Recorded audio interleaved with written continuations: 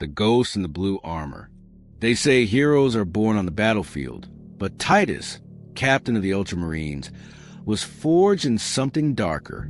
He is a name whispered across the stars, etched into the blood-soaked history of the Imperium not as a savior, but as a silent enigma, a warrior who did everything right, yet was punished for reasons no one could fully understand.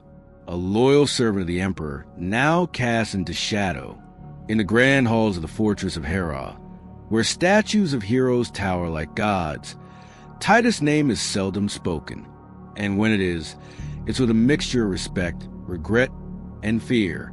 But who is he truly, and why, after centuries of war, betrayal, and silence, does the galaxy still feel his presence like a ghost it cannot exorcise? To know Titus is to understand a contradiction. He is the epitome of what it means to be an Ultramarine, disciplined, tactical, loyal. Yet, his tale breaks all the rules the Codex Astartes holds sacred. For Titus walks a path none of his brothers would dare tread. Alone, unbound by chapter or codex, a lone blade in a galaxy of madness. Before the curse, before the whispers of chaos, before the silence, he was captain of the Ultramarine 2nd Company, one of the most decorated forces in the Adeptus Astartes. His record was impeccable, his command unquestioned. During the battle for Graia, a forged world under siege by a brutal orc invasion, Titus descended like a god from the sky, bringing with him righteous fury and a will of steel. Alongside Sergeant Sidonus and Leandros, he fought with unmatched precision and valor. But fate, cruel as ever, doesn't reward heroes. It tests them, because while most Space Marines were crafted by the Codex Astartes, Titus was different. He did not follow its every word with blind obedience. He questioned, he adapted, he listened to instinct, and in doing so, he survived encounters that should have broken even a Primarchus chosen. On Graia, the orcs were not the only threat. Chaos, corrupt, insidious, eternal, uncoiled itself within the shadows. The traitor forces of the Dark Gods struck in secret, worming their way into the heart of the conflict. But Titus did not falter. He fought through both Xenos and heretics alike, wielding a thunderhammer and bolter with a calm fury that made even his enemies hesitate. He stood unshaken before a greater demon. He watched friends die. He bore wounds in body and soul. But the worst came not in battle, but after, because when the war ended, the accusations began.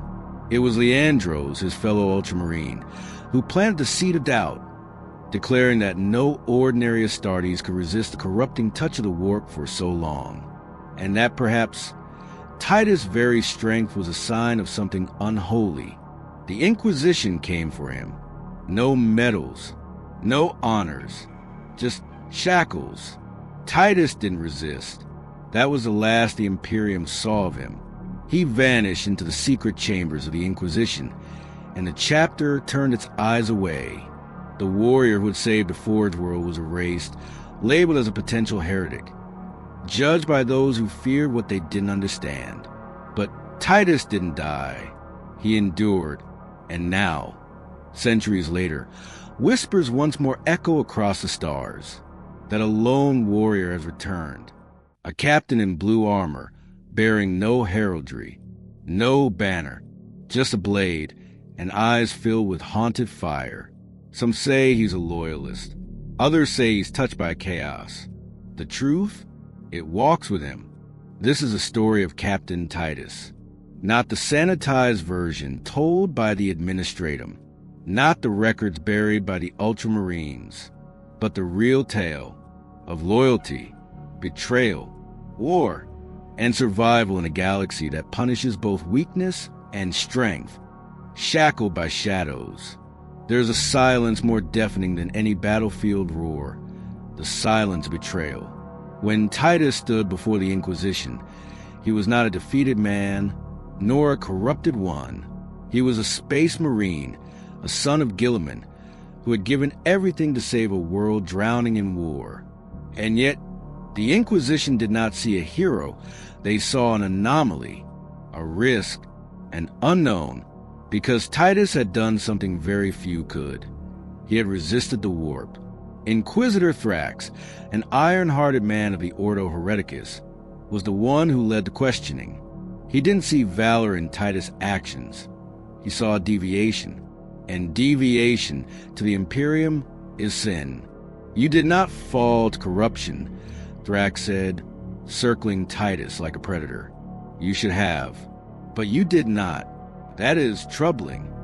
Titus remained silent. How did you resist it, Captain? What protected your mind when others would have shattered? Still silence, because Titus himself didn't know. There was no great psychic shield, no divine intervention. He had simply endured. Where others collapsed beneath the weight of the warp, he stood tall, not because he was immune, but because his will was stronger. But to the Inquisition, that was not enough. To survive chaos is to be marked by it. They scoured him for taint. Physically, psychically, spiritually. They found nothing. And yet, they were not convinced. His purity was a problem. His defiance of fate, a threat. So, they made a decision. They didn't execute him. They didn't excommunicate him. They made him disappear, buried beneath layers of bureaucratic fog and classified files. Titus was sealed away, transported across stars to a hidden facility known only to the highest echelons of the Inquisition. It was a prison not just of walls, but of silence. No name, no trial, just endless, sterile solitude. A cell that knew no time. For decades, he was a ghost. Not dead, not alive. Forgotten by his chapter, abandoned by his brothers. The second company moved on. Leandros was promoted. Sidona's memory was honored. But Titus? A blank page. Yet in the dark, his mind did not rot. It sharpened. He trained. He meditated. He dissected every decision, every moment, every mistake. Not out of regret, but preparation. Because deep within, Titus knew something the Inquisition didn't. The galaxy would call him back. Not as a savior, not as a captain, but as something new. Decades passed. Systems burned. Chaos surged. And the Imperium fractured under the weight of endless war. Then came the Great Rift. Reality itself was torn open. The cicatrix maledictum split the galaxy in two. Planets disappeared. Entire chapters were consumed. And amidst the storm of madness, the Inquisition lost control. Files were corrupted. Facilities breached. And on one nameless station, orbiting a dying sun, Titus broke free. No one knows exactly how. Some say the warp itself rejected him. Others whisper of Xeno's intervention. But one thing is certain. He walked out, alone, armored, changed. The man who emerged was not the same as the captain who had once led Ultramarines into battle. He was colder now, sharper. His loyalty was no longer tied to chapter or codex. It was bound only to the Imperium itself, not its rules, not its rulers, but the idea of it, the dream. He knew the Imperium would never welcome him back, and that was fine, because he no longer fought for recognition. He fought for survival, for justice, for the souls too small for the Inquisition to see. In the grim darkness of the far future, he became something the galaxy didn't know it needed. A warrior without allegiance, a sword without a scabbard, a ghost in the blue armor. Not a captain, not a traitor, just Titus, the ghost in blue. To most, he was a myth. A whispered name spoken in hushed tones among dying soldiers and fading vox signals. An Ultramarine, abandoned, betrayed, and reborn, who walked the galaxy alone. No banner, no sigil, just armor the color of morning skies and eyes like twin voids. But Titus was no ghost. He bled, he fought, he endured, After escaping the Inquisition's forgotten cell, he emerged into a galaxy gone mad. The Great Rift had torn the stars apart, and the Imperium he once bled for now bled from every vein. Planets begged for aid. Astropaths screamed until their minds burst. Chaos no longer crept. It surged, and in the cracks of that crumbling colossus, Titus found purpose. He wandered the stars like a storm given form, arriving where hope had long since died. On the ash-covered world of Harkon 7, he fought beside PDF troops holding their last trench against a warband of iron warriors. They had no reinforcements, no artillery, no air support, but they had him, one Ultramarine, alone, with nothing but his bolter and a blade salvaged from a shattered Chaos dreadnought. He didn't give speeches. He didn't lead chants. He simply stood beside them and fought like 10,000 men. When the smoke cleared, the traitors were gone. So was Titus. No rewards, no records, just another myth. But for those he saved, he became legend. The Angel in Blue, they called him, the ghost of Ultramar. To some, he was a fragment of Gilliman's wrath. To others, a cursed relic from a bygone age. The Inquisition hunted him still, not openly, but through whispers and shadows. Titus had become an embarrassment, a living paradox. Every breath he took was a reminder of their failure. Every deed he performed without sanction undermined their illusion of control. So they sent assassins, kill teams, operatives trained in silence and sanctioned in blood. None returned, because Titus knew how to fight. But more than that, he knew how they thought. He understood the enemy not through doctrine, but instinct. He had faced demons, traitors, and the Inquisition's own madness. And he had come out the other side, not untouched, but unbroken. His armor, once resplendent with purity seals and Codex markings, was now stripped of its past. Only the sigil of the Aquila remained, burned into his chest plate not in gold, but scorched black. A reminder that while he no longer served the Ultramarines, he still served humanity, or what was left of it. He became a weapon unbound. A Grey Knight detachment on Talavar Prime recorded him intercepting a Chaos incursion before they even arrived. The footage, fragmentary and glitch-ridden, showed a lone figure cleaving to possessed Marines with the fury of a god. No identification, no markings, just relentless violence. But it wasn't rage. It was precision. Every swing of his blade, every bolter round was calculated, tactical, efficient, not the fury of a berserker, but the will of a soldier who had seen too much and could not look away. Titus didn't fight for vengeance. He fought because the galaxy left him no other choice. He knew the Imperium would never change. The High Lords would continue their endless games. The Ecclesiarchy would keep feeding lies to the masses. And the Inquisition would keep silencing anyone who asked too many questions. But out in the fringes of space, beyond the reach of bureaucracy, there were people worth saving, worlds worth defending, battles worth fighting. So he fought, and in doing so, he became something the Imperium never intended, but desperately needed. A space marine without chains, without oaths, without mercy, a revenant, a renegade, a warrior forged not by the Codex, but by consequence. Captain Titus was no longer a man of chapters or ranks. He was something rarer. He was free, and in the 41st millennium, nothing is more dangerous than a free man with a bolter. The shadows over Graia.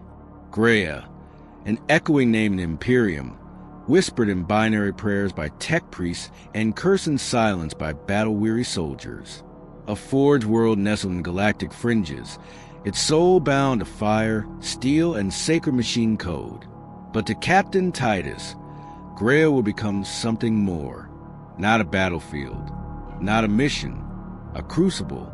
When the initial distress call crackled through the void, it was clear Graia was under siege, not by subtle infiltration or sabotage, but by a full-fledged orc Wyak, led by the brutal war boss Grimskull.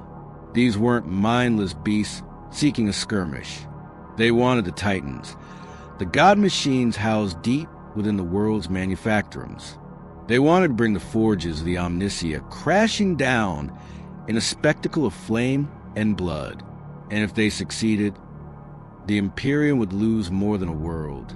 It would lose one of its few remaining beacons of industrial might.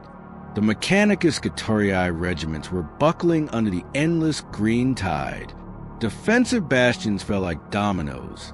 Vox traffic devolved into static-filled screams. The skies above the planet choked with debris and falling wreckage. Time was running out. Enter Captain Titus.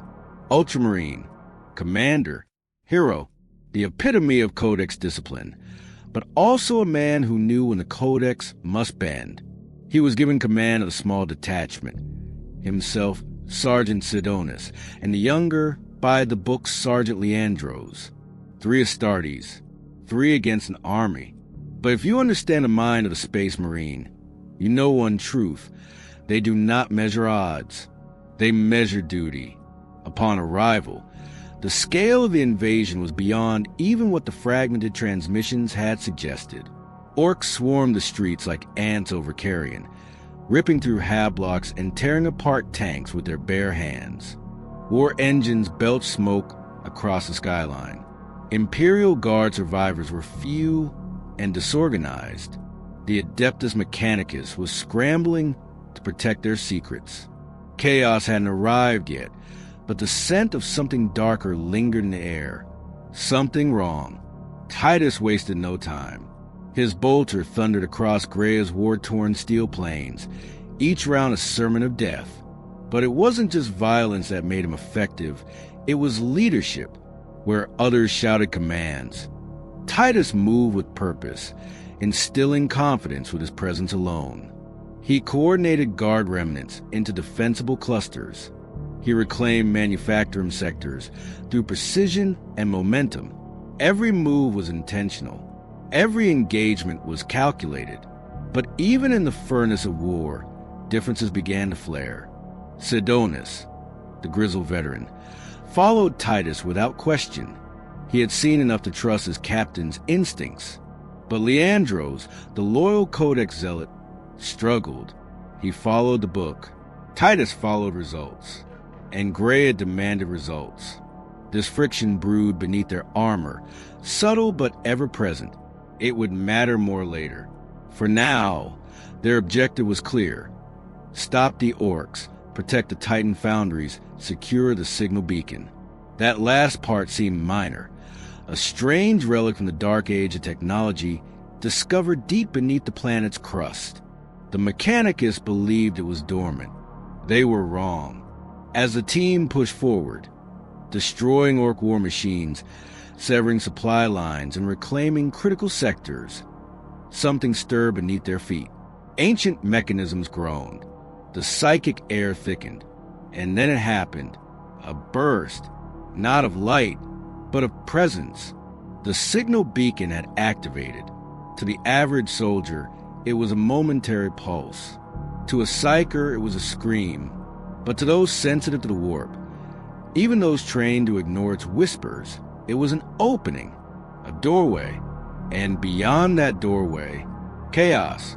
The orcs were still fighting, still burning everything in sight. But they were no longer alone. Warp storms flickered in the upper atmosphere. Shadows moved where there should be none. Demonic entities began to bleed through the veil. The enemy had changed. And with that shift, the mission changed too. Now, Titus stood at the precipice of a greater conflict. The kind where loyalty is tested not just by bloodshed, but by reality itself. The warp was watching, waiting, and deep down, something inside Titus began to shift as well. Graia would not simply be a mission of steel and fire. It would become a reckoning. The awakening of the warp. A forge world is not just an industrial behemoth of servitors and steel. It is a temple, a sanctum, a living hymn to the machine god. Every gear, every hiss of steam, every rhythmic strike of the auto hammers is a sacred beat in a mechanical liturgy that has gone on for millennia. But on Graia, something discordant had entered that rhythm, something profane. The moment the ancient beacon awakened, the balance shifted. A tremor rippled through the ether, not just felt, but understood. Titus couldn't articulate it at first, not even to himself. It was more instinctual than logical, like a beast raising its hackles at the scent of a predator. The warp, long held at bay by the faith of mankind and the wards of Mechanicus, had begun to bleed into the world. Titus did not flinch. He could not afford to. As they descended deeper into the Manufactorum catacombs to investigate the signal beacon, the air changed, not just in temperature or density, but in soul. The light dimmed unnaturally, flickering with no source. Vox lines distorted, not with static, but with whispers, words in no known dialect, phrases that slithered rather than spoke. It was there they found the truth. The beacon wasn't just a communications relay. It was a relic of the dark age of technology, a warp transversal prototype, something the Mechanicus had long considered myth, a device capable of bridging the material and immaterial with horrifying efficiency. And something had taken notice.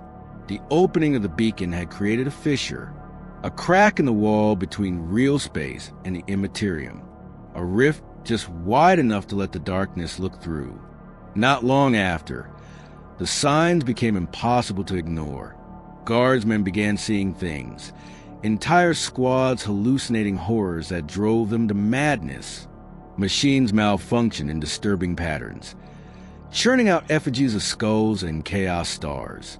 Even the orcs, for all their brutish resilience, became erratic, more aggressive, more frenzied, as if their minds had been drenched in warp fury. Titus and squad pressed onward, burdened with a new objective: seal the beacon or destroy it. Neither task was simple, for standing between them and that goal was not just a remnant of Grimskull's Wyack, but now something far worse: the agents of chaos.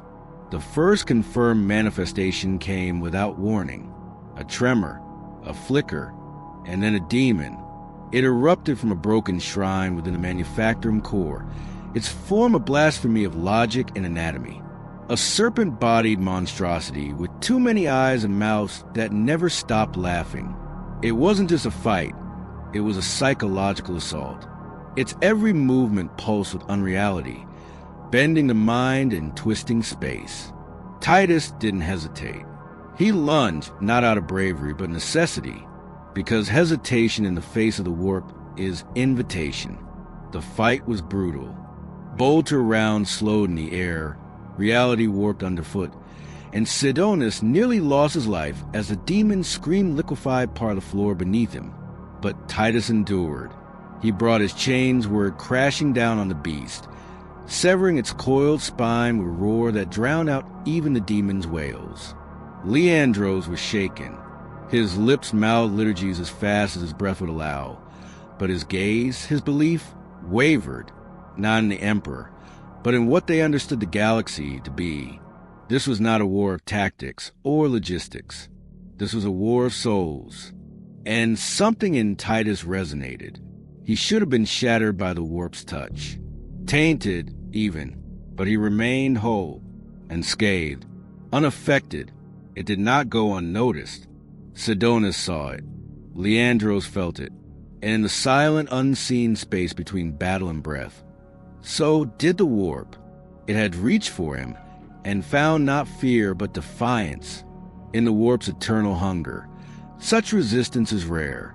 And oh, how it loves a challenge. The Cursed Path. The Death Watch are often seen as the most elite warriors within the Adeptus Astartes. Yet even their ranks pale in comparison to the harsh realities of the battles fought by the Ultramarines.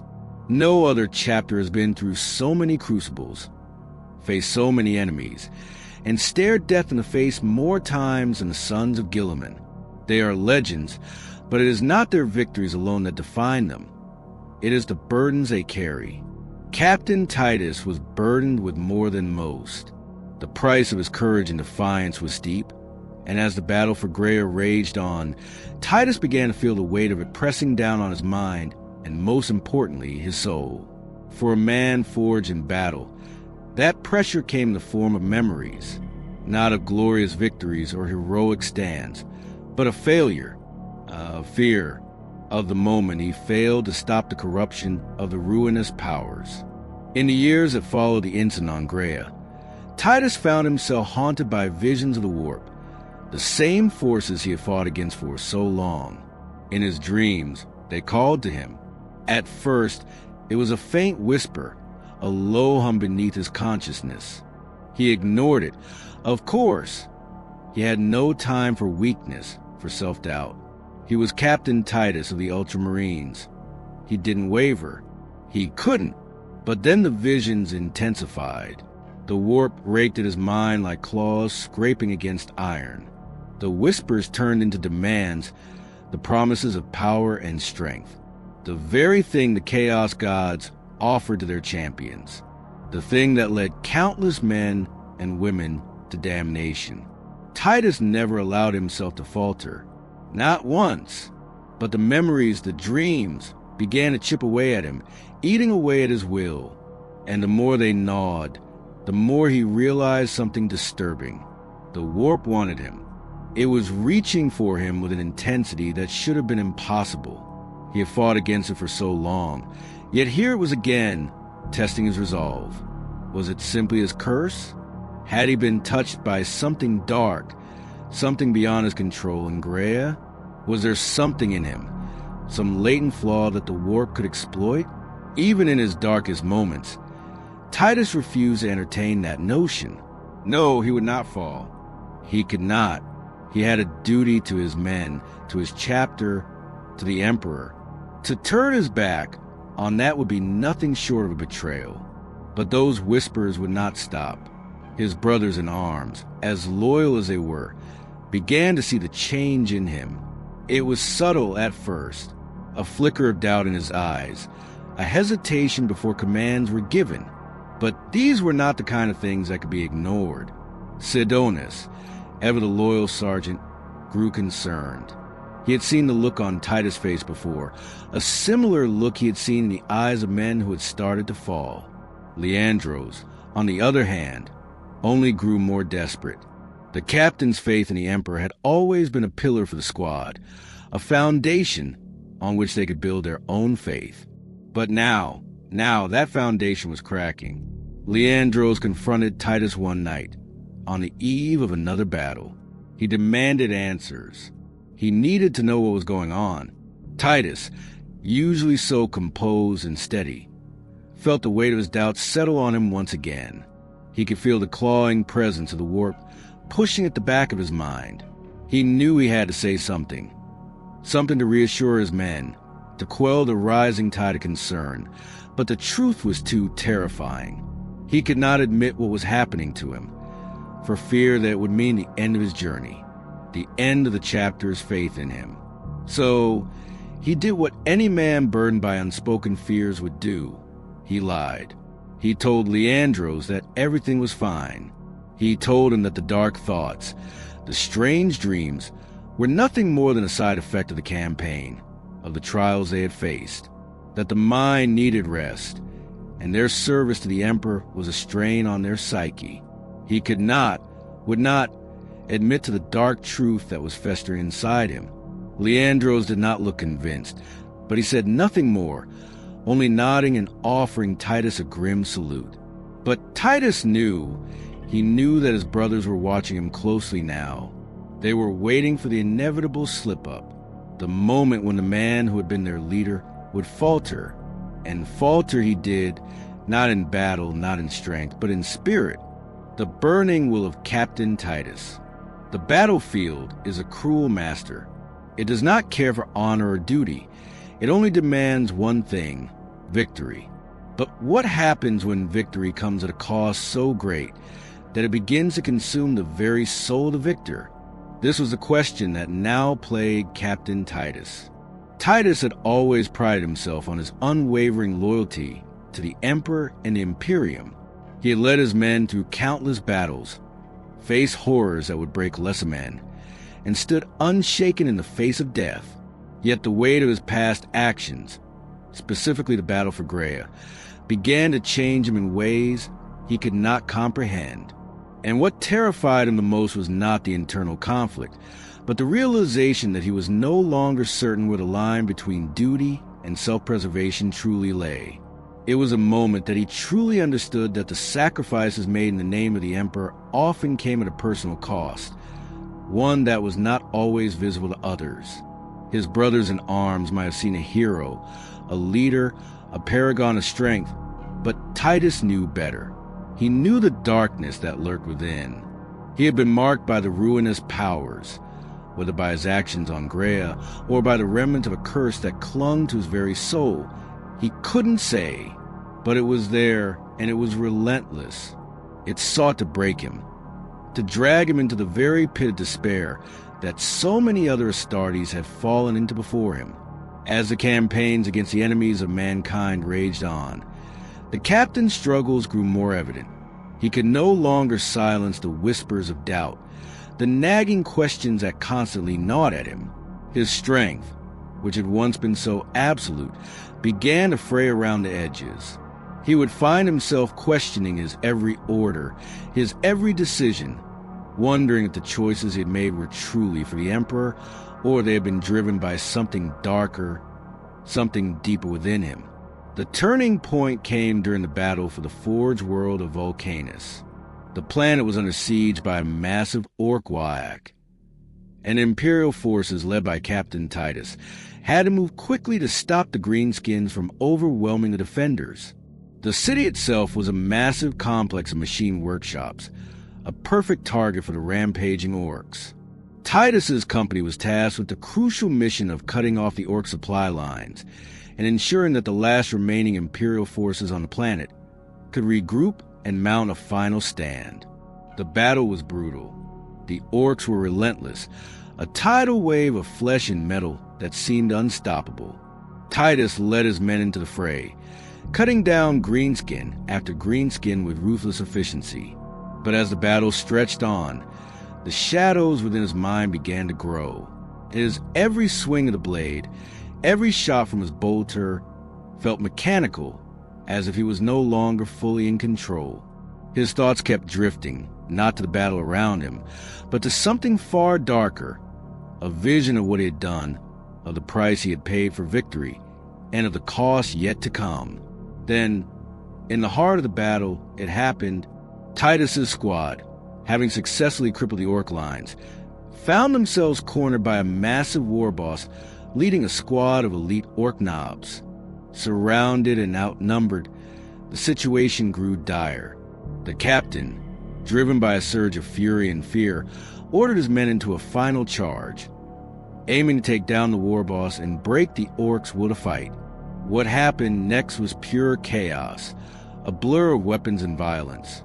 It was a fight like none other, and yet, for Titus, it was strangely familiar. As the war boss fell before him, the moment of triumph should have been a victory for the Imperium, but instead, it was a hollow one for Titus.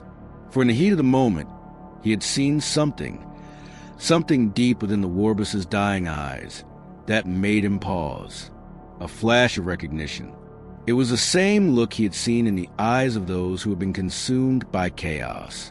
It was a moment of realization. He had been fighting for so long, but who was he really fighting for? Had the very drive for victory turned him into the very thing he had sworn to destroy? The captain could not shake the feeling. It wasn't until later that night, after the battle was won and his men celebrated their victory, that the true weight of it hit him. He stood alone, looking out across the ruined city, his armor still stained with blood and soot.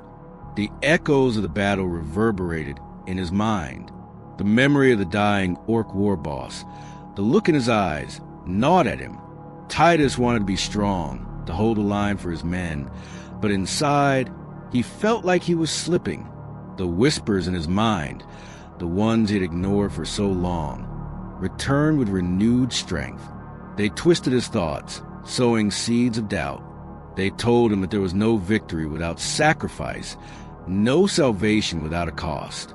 They spoke of the power of chaos, of the promise of strength beyond measure, the very thing that had tempted so many Astartes before him. But Titus was different. He had sworn an oath to the Emperor, an oath that bound him to the Imperium, to his chapter, and to the ideals of honor and duty. He would not fall. He could not. Yet, as the shadows of the night grew longer, so too did the weight of his curse. It was a burden he would carry alone, the captain's path now forever intertwined with the haunting echoes of his past actions. The burden of leadership. Captain Titus had long understood the responsibilities that came with leadership. As a leader of the Ultramarines, he had been trained since childhood to guide his brothers in battle, to ensure they would live and die with honor. But the true weight of leadership was not in the battles fought, nor in the victories won. It was in the decisions made in the quiet moments, the ones where the fate of his men and the future of the Imperium hung in the balance. The burden of leadership was something Titus had never truly felt until after the battle for Vulcanus. For the first time in his career, he found himself questioning every decision, every order. The victories, once sweet, now tasted like ash in his mouth. The enemies he had defeated, the Chaos Cultists, the Orcs, the Tyranids, did not feel like enemies anymore. They felt like obstacles to his true goal, something he could no longer define. Was he fighting to protect humanity, or was he simply fighting to protect his own sense of worth? For all his years of service, Captain Titus had never known a battle that left such scars on his soul as the campaign on Graia. The memories of his actions during that time, his choices, the deaths of his brothers, and the defilement of the sacred ground were still fresh in his mind, and they threatened to consume him. Graia was a battle that had torn not just the planet, but his spirit as well, and with it, the line between honor and damnation began to blur. In the quiet moments, when the echoes of war were far behind him, Titus could still hear the screams. He could still feel the weight of the chains that bound him to a fate he did not choose. It was not just the loss of brothers that haunted him. It was the fact that his actions, his decisions, may have led to those deaths. He had no way of knowing for sure, but the uncertainty gnawed at him every waking moment. It was in these moments that Captain Titus understood the real cost of leadership, the toll it took on the mind and spirit. No victory was ever truly complete, for with every battle fought, the captain lost a little more of himself, and while his brothers in arms marched into battle with unwavering faith, Captain Titus marched alongside them, though his faith had begun to crack. His leadership was no longer just about guiding his brothers to victory. It was about holding on to the last remnants of his sanity, his purpose, and it was becoming harder with each passing day. The Ultramarines were a chapter steeped in tradition, and their strength was drawn from that tradition. It was a strength built on honor, discipline, and loyalty to the Emperor. Yet even within the ranks of the most revered of Astartes, there were cracks beginning to form. Titus could see it in the eyes of his brothers, the uncertainty that had begun to take root even in their souls. They were questioning, as they had begun to do, the true cost of their oath to the Emperor. It was during this time of doubt and reflection that the fate of Captain Titus would be sealed.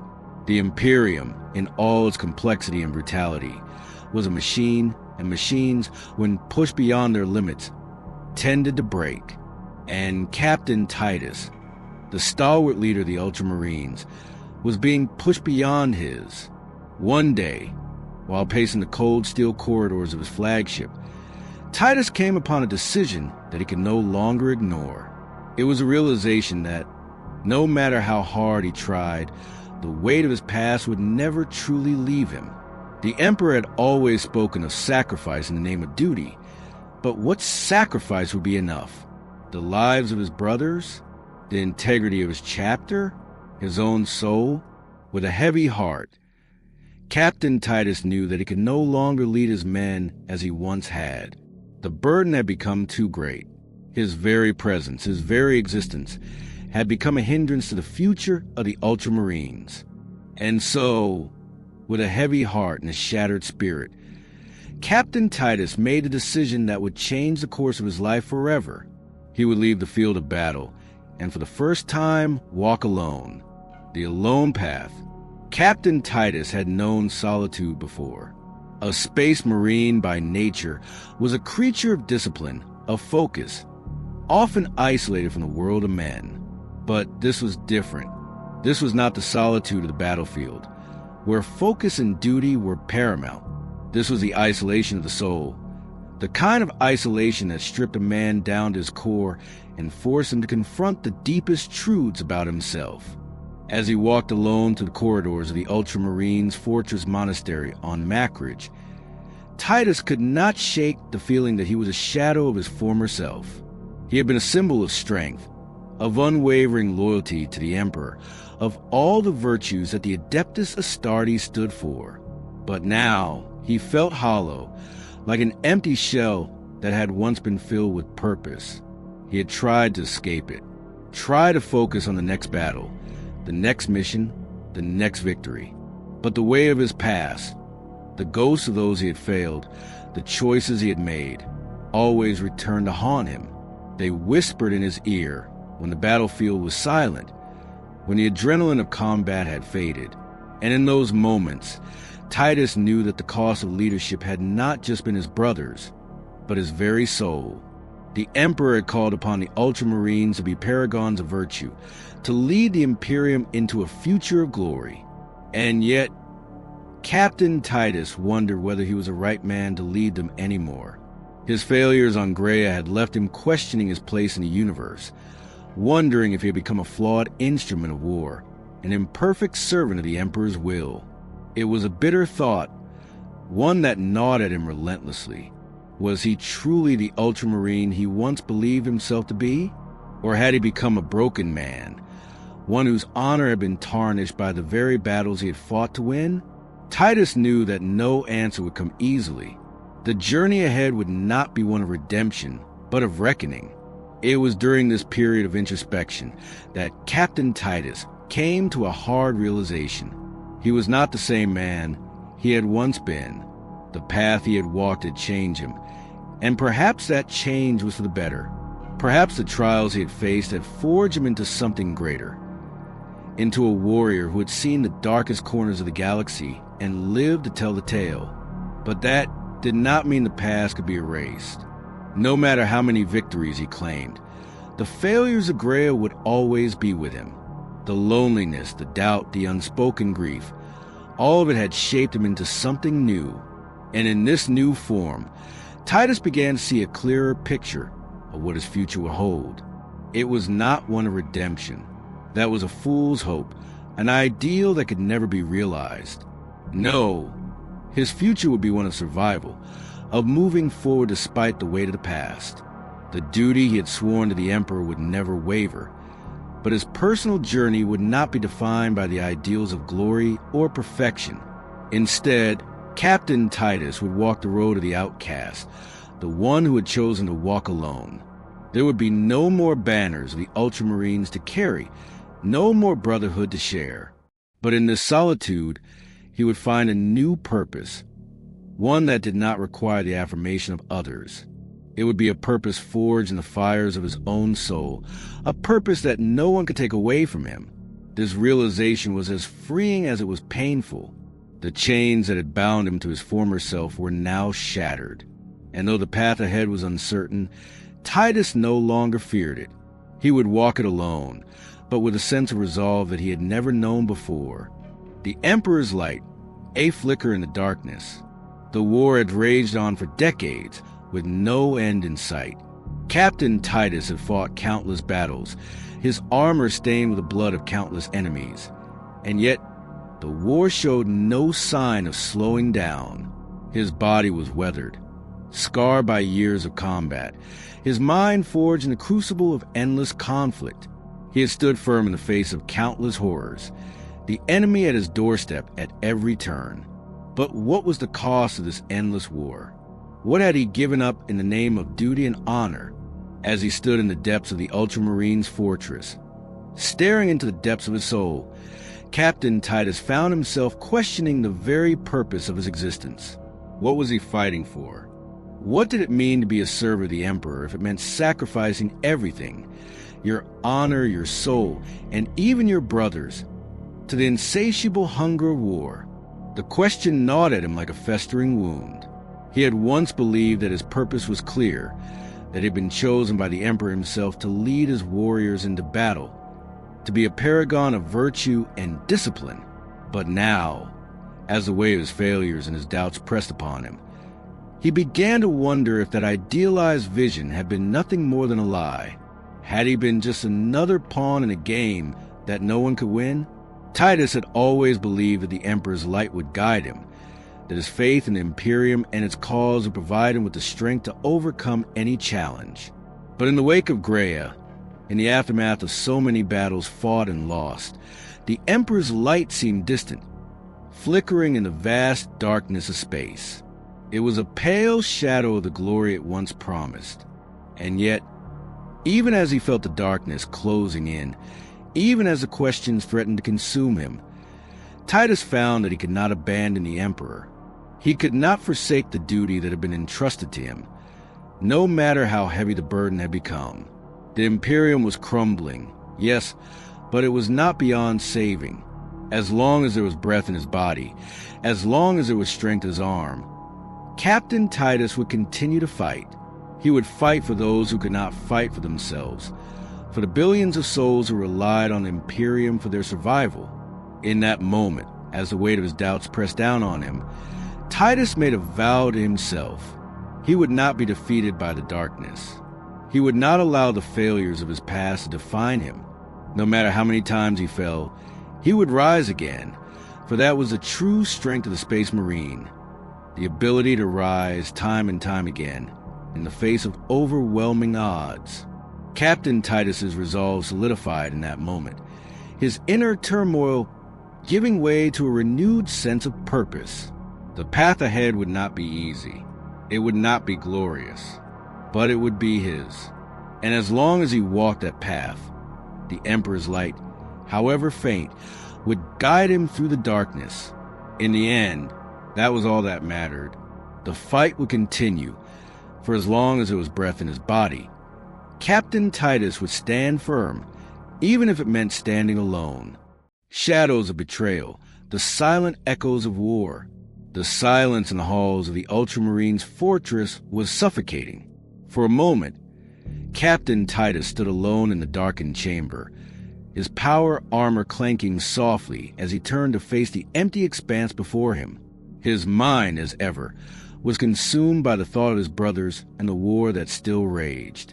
Even as the battlefields across the galaxy burned, this place, this moment of reflection, felt like a distant memory, a remnant of a past he had long since buried beneath layers of grief and bloodshed.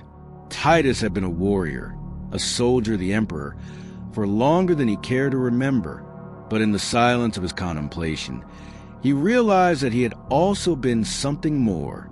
He had been a leader, a protector, and yet, in some twisted irony, his role had led him into the depths of betrayal. It had started with the campaign on Graia, the first real test of his leadership. Graia had been a place of great importance, a world whose strategic location had made it vital to the Imperium's war effort.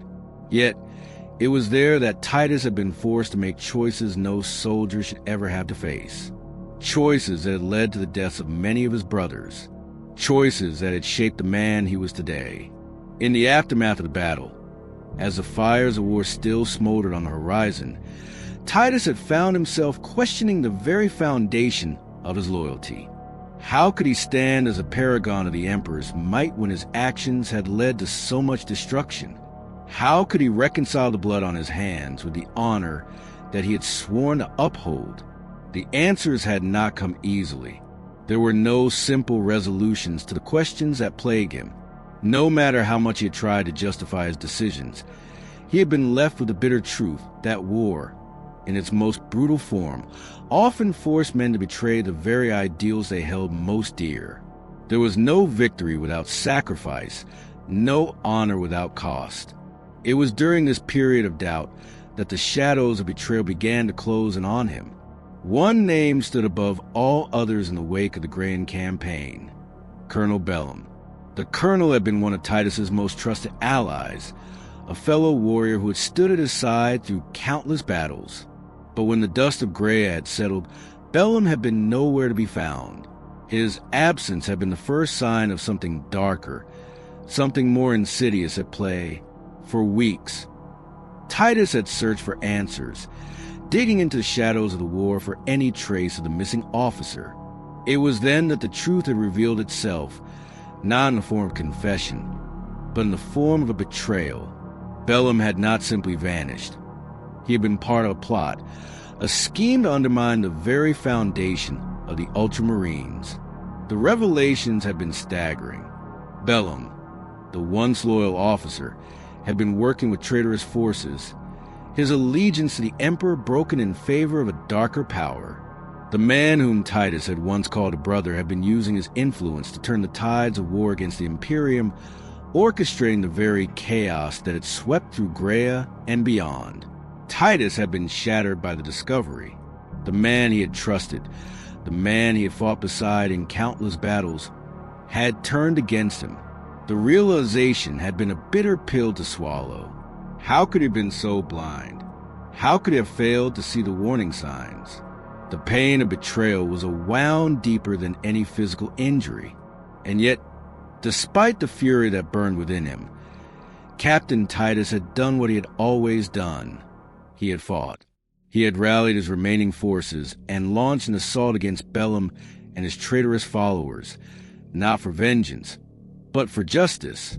The battle that followed had been fierce, with both sides unwilling to yield an inch. In the end, Titus had prevailed, but the victory had been hollow. The cost had been too great. As the smoke cleared and the echoes of battle faded into the distance, Captain Titus stood alone amidst the wreckage. His heart, though victorious, was heavy with the weight of the betrayal he had just witnessed. The price of loyalty, of honor, was far higher than he had ever imagined, and though the traitors had been vanquished, the scars of that betrayal will remain with him forever. In the days that followed, Titus had come to understand a harsh truth. Betrayal was not an anomaly in the war-torn universe of the 41st millennium. It was a constant, lurking just beneath the surface of every battle, every campaign, every alliance. The question was no longer whether betrayal would strike, but when and how he would face it when it did. The answer was simple. He would face it as he always had, with strength, with resolve, and with the unwavering determination to protect those he had sworn to defend. The betrayal had taught him something vital, something that would shape his actions in the days to come. In the darkest corners of the Imperium, there would always be those who sought to tear it down. But as long as Captain Titus walked the path of duty, he would stand between them and the Emperor's light. He would be the shield that protected the innocent, no matter the cost. The apotheosis of duty. There are moments in a warrior's life when the soul is no longer just a vessel for purpose. It becomes a battlefield itself. For Captain Titus, that moment had come not with thunderous charge or cry for vengeance, but in the silence between wars. A silence filled with judgment, self-reflection, and a question no Space Marine was ever meant to ask. What am I if not their weapon? Titus stood at the edge of a dying world, his boots pressing into ash where once there had been life.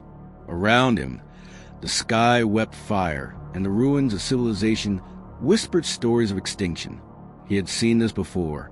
Planets reduced to bone and dust. Cities leveled by orbital bombardments. The Imperium's so-called salvation, leaving only silence behind. But this time it was different. This time, there were no orders, no objectives. Just a slow, suffocating realization that his actions, his duty, had become something monstrous. That in protecting the Imperium, he had unknowingly become its most violent symptom. Since Graia, the whispers had grown louder, the Inquisition's doubts, the silence from his brothers, the unease that crept into every conversation. He had not turned to chaos. He had not faltered in faith, but he had questioned, and in the Imperium, questioning was heresy. Yet Titus could not unsee what he'd seen. He could not forget the corruption within, not the chaos-born rot, but the slow, bureaucratic decay of mankind's own cruelty. Governors who abandoned cities to save their mansions. Commanders who threw away regiments like dice in a losing game. High lords so far removed from the screams of the battlefield that death became arithmetic to them. He had once believed in the purity of the Imperium. Now he fought for the people it had long since forgotten. And so came the mission. Quiet, off-record, scrubbed from all official data slates. A world on the edge of Segmentum Tempestus. A planet called Virilia, once a bastion of agricultural life, now a living hell of mutant insurrection and warp anomalies. The Administratum had deemed it lost. The Inquisition had recommended exterminatus. But Titus saw something different in the encoded pleas he intercepted from the surface. Not heresy, not rebellion. Survivors. And so he came. Alone. It was not a sanctioned deployment. He had salvaged his armor, rationed his ammunition, stolen transport from an unguarded Mechanicus Bay. He did not even bring his name. Titus had become a ghost, not a captain, not an Ultramarine, just a warrior with a conscience. The descent of Aurelia was a dive through madness. The atmosphere shimmered with psychic backlash. Demon things danced on the edge of the sky, never quite real enough to shoot, never quite false enough to ignore. His Storm Raven was nearly torn apart by a gravity storm, forcing him to eject and plummet the last 5 kilometers alone. His armor took the fall. His will took the rest. What he found on Virilia chilled him more than any battlefield he had ever walked. Cities crumbled by time and neglect. Streets ruled not by rebels, but by hungry, feral children. Humans mutated not by chaos, but by starvation, radiation, and genetic decay. And in the shadows of broken spires, a voice whispered through the rubble, not the voice of a god, not the temptations of chaos, the voice of the Imperium itself, long abandoned, crying out through emergency Vox beacons for help that never came. Titus answered that call, not as a savior, but as a witness. He spent 13 days fighting off scavenger packs, defending isolated survivors, purging only where necessary. He repaired water lines. He stabilized plasma generators. He reminded people, in his silence, what a space marine once stood for. He didn't speak much. There was no need. His presence alone became legend. The silent giant, the cursed angel. Some called him the last Ultramarine. He left no inscriptions. He marked no victories. But the children remembered him, and that was enough. When he finally returned to the stars, it was not on wings of glory, but in the stinking cargo hold of a Hairtech freighter bound for a trade moon near Hyderfer. There were no parades, no commendations, just silence. But in that silence, he found clarity. Captain Titus no longer fought for the Imperium's facade. He fought for its people, its orphans, its forgotten. He would become a ghost in the void, striking where bureaucracy had failed. A myth whispered between the cracks of crumbling worlds. Not to earn glory, not to be remembered, but to matter, to mean something in a galaxy that had forgotten what meaning was. For a long time he had walked alone. Now he chose to, not as punishment, but as purpose. A lone warrior with a bolter in one hand, and the weight of a million unspoken prayers in the other. The phantom of vengeance. They say some warriors fight for glory, others for revenge. But Captain Titus had long since bled those words from his soul. What now remained within him was not glory nor wrath. It was memory. a slow-burning ember that refused to die. And in the endless dark of the Imperium, memory could become a weapon sharper than any chain's word. Word had begun to spread across the forgotten systems, not through astropathic transmissions or sanctioned orders, but through whispers, through hushed prayers spoken in the dirt-stained tongues of laborers and hive drudges. He walked still, they'd say, the Cursed One, the Lone Blade. Some called him an angel, others a ghost, but all agreed on one thing. Where the Imperium's gaze failed to reach, he appeared. And where he appeared, things changed. He was no longer bound to any chapter, any creed, any doctrine. His armor bore no heraldry now. The blue of Ultramar faded beneath a patchwork of scavenged ceramite, battle-scorched and shadowed in oil. Even his helm had changed. Its Achilles scored off, a deep crack running across one lens like a scar. He looked more like a revenant than a hero, but he was a hero to those no one else came for. One such place was Galli's Moor, a mining world chewed hollow by Mechanicus drills and forgotten by the Segmentum authorities after its veins ran dry. When the machines were gone and the tech priests withdrew, the population was left to starve. And in that hunger, a darkness bloomed. Cultists, not of chaos, but of desperation. People twisted not by corruption, but by hopelessness.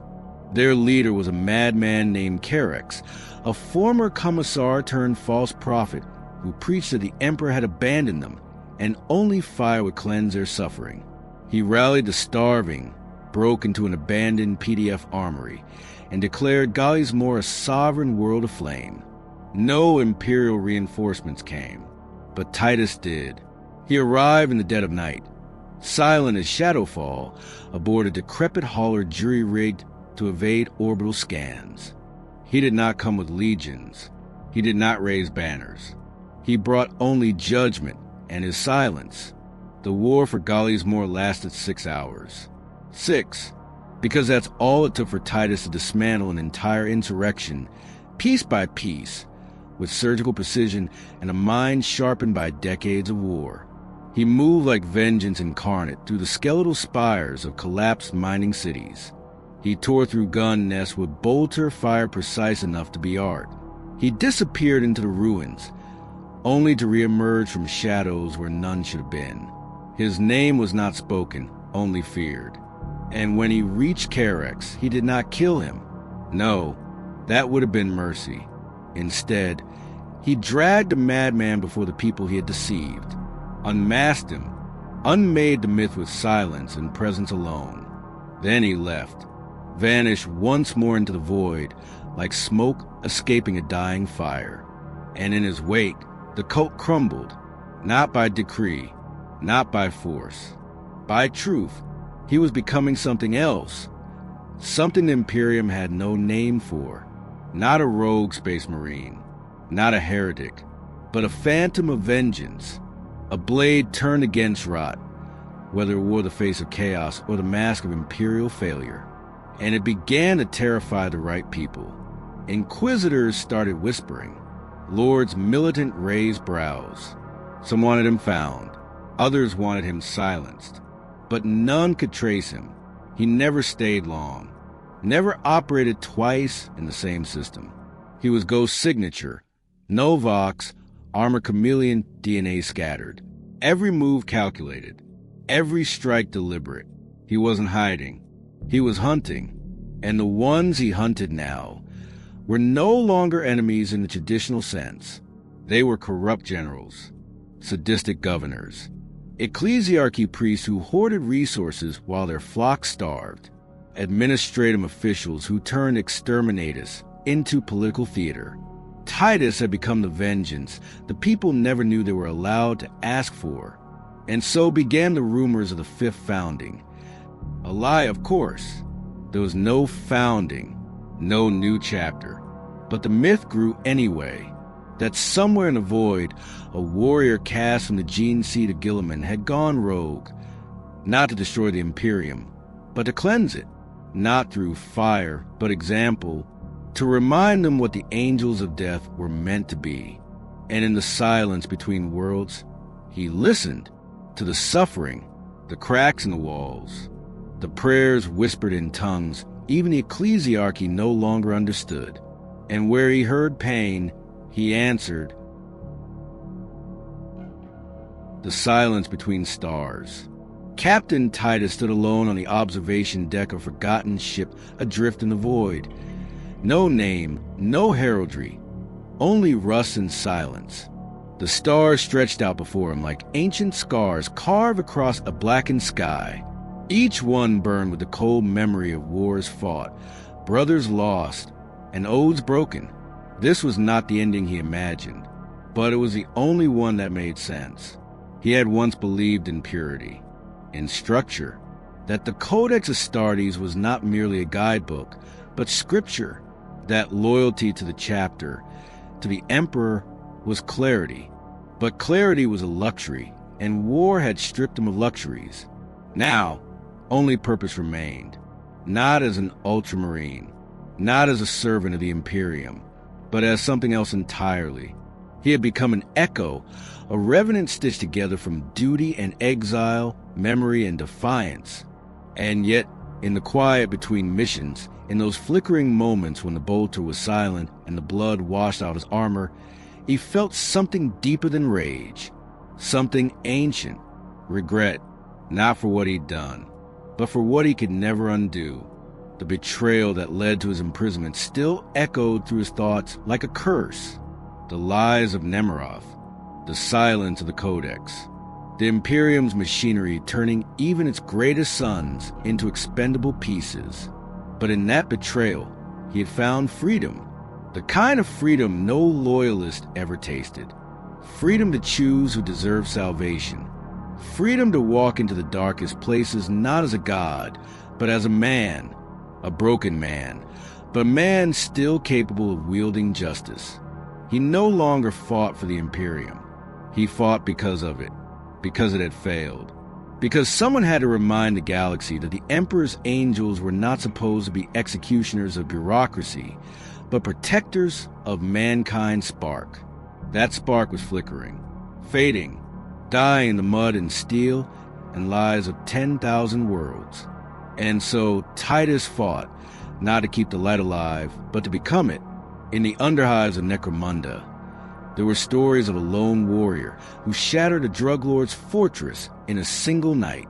On the penal moons of Stygia, inmates whisper of a shadow that freed their children from torture pits.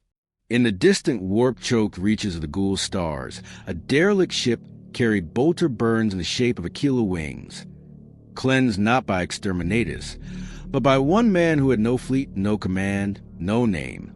He had become a symbol, not a hero, not even a myth. A question: what if we are more than what they tell us to be? What if loyalty is not blind obedience, but the courage to see what others deny? What if the Codex is not scripture, but a tool, and tools must change with the hands that wield them? The Inquisition never stopped hunting him. They sent Death Watch kill team cipher trackers, even mind scryers. None returned.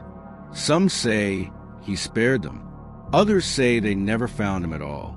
But the truth is simpler than that. Titus chose to disappear, because the only place he belonged now was in the margins of the galaxy, the places no one else dared to go, where hope dies quietly, and justice is just a myth in the dirt. He had made peace with that. He would walk alone, forever if need be, because someone had to. And if one day some lost acolyte or desperate child sees a blue silhouette in the smoke, hears the low thunder of a bolter where there should be only silence, or finds a shattered warlord's crown left on the altar of a ruined shrine, then they'll know he's still out there, watching, waiting, not for orders, but for the next wound that needs cauterizing, for the next innocent that needs saving, for the next sin that needs punishment, not as an Ultramarine, not as a hero, but as Titus, the cursed, the forsaken, the last loyal blade in a broken empire. And in the silence between stars, he walks on, The echoes of the Codex. There are places in the galaxy where even the light of the Astronomicon cannot reach. Regions so steeped in warp distortion, so soaked in ancient blood, that time itself seems to stumble and fall. These are not battlefields. They are burial grounds for ideals, and it is in such a place that Titus now stands. The remnants of forgotten fortress loom around him, its battlements half swallowed by creeping vines and obsidian growths. The stone bears the script of Ultramar, etched long before the heresy. This was once a beacon, a training bastion where aspirants learned the Codex not just as doctrine, but as identity. Titus moves through it with reverence, each step echoing off ruined walls that once held oaths, now reduced to silence. A faded mural depicts Robot Guilliman with his sword raised, flanked by Primarchs who would later be named traitor. Titus pauses, fingers brushing dust from Guilliman's face. He does not kneel. Not anymore. He has come not to pray, but to remember what was lost. The Codex Astartes, the sacred text that shaped generations of Ultramarines, was written to bring order after chaos, to ensure survival in a galaxy that devours all weakness. But in the end, it became scripture in a religion of obedience. Titus learned too well what happens when you question it. It was the Codex that led his brothers to suspect him. It was a Codex that allowed their silence when he was cast into chains. And it was the Codex that turned loyal warriors into blind enforcers. The irony is almost poetic, and yet he does not hate it, because the Codex is not evil. It is not malicious. It is incomplete, meant to evolve, but treated as gospel. Titus lifts a rusted training helm from the ground, placing it atop a broken statue of an aspirant, a gesture of respect, of mourning, because this place, like so many others, is not a ruin of war, but stagnation. He sits for a moment, breathing in the stillness, and in that quiet, the voices come again, not from the warp, not from madness, but from memory, voices of brothers long dead, voices of sergeants who trained him, librarians who guided him, captains who once stood at his side. They do not speak judgment. They do not speak praise. They ask only one thing. What will you do now, Titus? He does not answer, because he already has. With every world he frees, every soul he saves, every tyrant he silences, he rewrites the Codex in his own hand. Not with ink, but with action. Not in chapters, but in choices. In the far distance, the flickering call of a distressed beacon cuts through the static. A mining world besieged. Civil war. Children caught in the crossfire. Titus does not hesitate. He rises, bolter at his side, steps heavy with intent. The galaxy is still on fire, and though he carries no banner, answers to no chapter, and recites no catechism, he fights on, because some things like honor, justice, and mercy should never require permission. And perhaps one day, when the Codex is rewritten by those who remember what it was meant to be, not a leash, but a light, his story will be there, buried in the margins, whispered between the lines, not as an example, but as a warning, and a question. What if the greatest loyalty is to the truth, the shadows in the rift, in the deep silence of space, where even the stars seem hesitant to shine, the warp stirs. Captain Titus had crossed countless thresholds, planets scorched by war, systems devoured by heresy, but nothing compared to what awaited him at the edge of the Great Rift, a chasm carved into the galaxy by the birth screams of chaos. The cicatrix maledictum pulsed like a raw wound through reality. Most would tremble at its mere presence. Titus did not. He stared into it and stepped forward. The moment he passed the threshold, time fractured, reality buckled. Visions clawed at his mind, whispering of futures both apocalyptic and absurd. Worlds twisted into grotesque parodies of the Emperor's design. An Imperium where Horus had won. A galaxy where the Primarchs had never returned. a realm where Titus himself sat upon the golden throne, his soul screaming beneath a crown of fire. But unlike others, Titus did not shatter beneath the warp's gaze. His curse, the strange resistance born of that fateful confrontation with the demon prince, shielded him, not from madness, but from submission. He walked where other minds drowned, a singular flame refusing to be snuffed. It was here, in this lightless void between realities, that Titus encountered something ancient, not a demon, not a god, something forgotten, a presence that existed before even the warp had its name. It had no form, only suggestion, a gravity of thought that pulled at his soul. Titus did not bow. He stood defiant as the entity tried to unravel him, offer him truths that mortals should never hear. He rejected every illusion.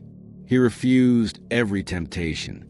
And for that, it named him Apex, a word whispered in no known language, but one that echoed with primal weight. The entity did not pursue. It faded, receding like a tide, leaving behind a single echo. He had been marked.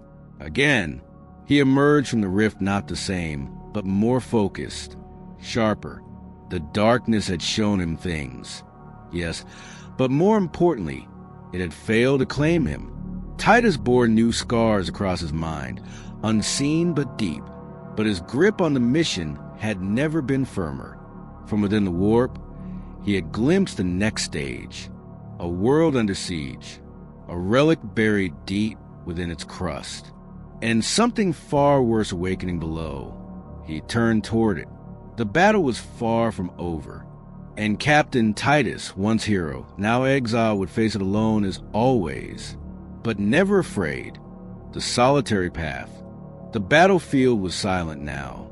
Ash drifted through the air like morning snow, and broken ceramite crunched beneath Titus' boots as he walked among the remains.